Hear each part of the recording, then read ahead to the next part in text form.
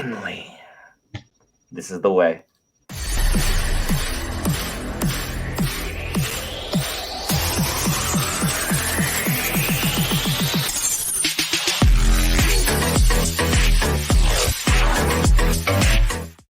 Hey geeks, welcome back to Geek Variants. If you're already subscribed, you already know what it is. Chapter 17 of The Mandalorian. We are breaking it down. Brent, Will, opening thoughts, Mandalorian, Chapter 17, Season 3, Episode 1.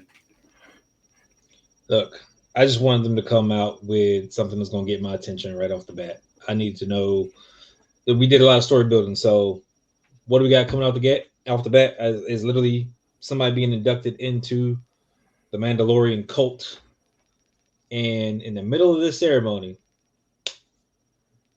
Death Gator, Cocaine Gator.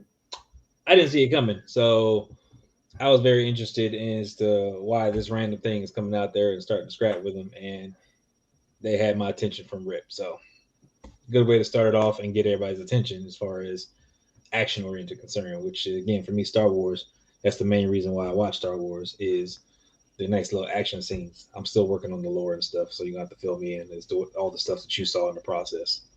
As far as things I saw in the process, I can't really place a gator pertaining to anything Easter egg wise. The squid that you saw floating outside of the hyperspace, that's a callback to Star Wars Rebels, the animated series, which last time we saw one of those squids, they were with Ezra Bridger when he went missing, taking out Thrawn in his cruiser.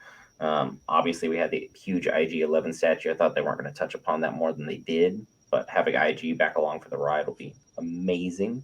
They gave a little nod to Cara Dune, as the fans used to call her Mama Dune, but they wrote her off due to terrible social media takes, which you guys can delve into. I am not touching with the 10-foot pole.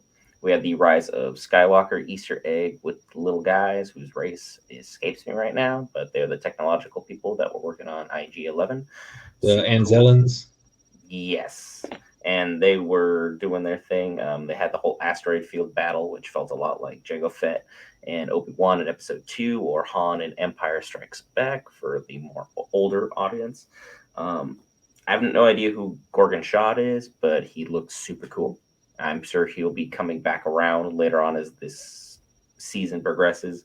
And then Bo-Katan, man, she is really just taking it on the chin.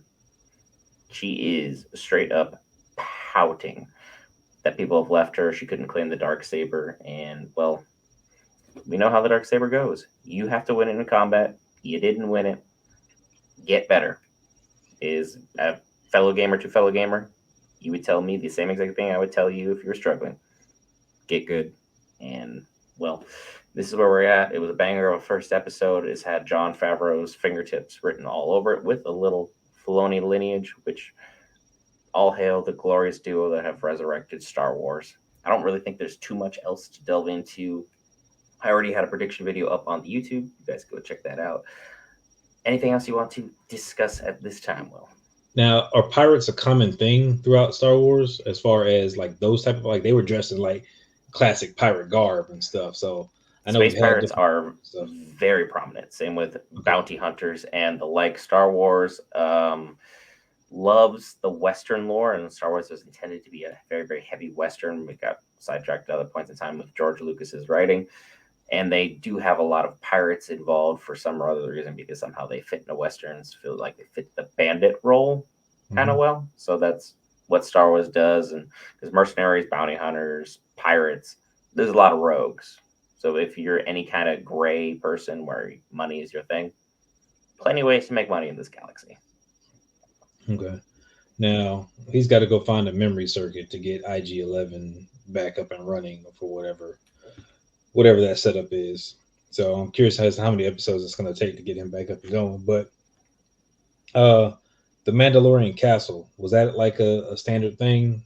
That is brand new to my knowledge. I know that Mandalore the Great, the first Mandalorian to unite the people together way back in the day, if my memory serves me, because 12:39 at night, 3:39 at night, your morning, your time, gets a little iffy.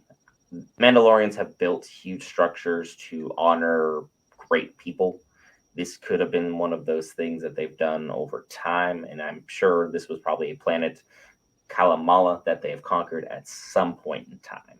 So this is the first time I've seen it on screen, so pretty dope. Not gonna lie. I think Vader's fortress from Obi-Wan was cooler, but splitting hairs here. Yeah, she's of like a royal lineage type deal, or that's what she kind of has in her head. She's That's of royal lineage. The dark saber, if it was passed on based upon lineage and not upon a skill to acquire, would be rightfully hers. okay. Which is why she had followers to begin with, because she was of royal descent. Everything went tits up with Darth Maul, and now here we are. Because the Siege of Mandalore was no joke. It was straight up military, destroy everything in sight. Because Okay. that was the greatest threat Palpatine could have had to his empire as the Mandalorians, all rising up in once and going after him. So he Okay. struck first.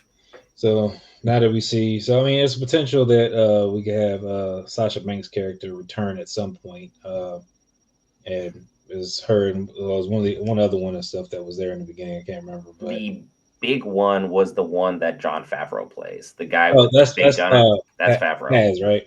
Yeah. So So yeah, Happy he's is this yeah, he was there. universe. So yeah, I wasn't sure if they're gonna, they can bring him back in or they can write him off, however they want to do it. But I still think Bo's got something up her sleeve. Like she's still kind of plotting to a degree, but she's just in her pouty state. So I'm interested to see what happens in episode 2. I want to see where they're going to go with it. I think he's just going to pop up on Mandalore and start trying to explore it, and in the process, the pirates are after him. So who knows? I I'm believe this is 8 or 9 excited. episodes. What we have till April 19th, I want to say, to be hanging out with Mandalorian every single week, which we will have covered, and we'll have Pedro Pascal basically covered in general because we cover The Last of Us on Sundays right after the episode drops. Be sure to see us there as well. Any other questions at this time? No, just got to wait and see what happens. We'll see you guys, if you've subscribed, in the next video. I'm Brent. This is Will. See you.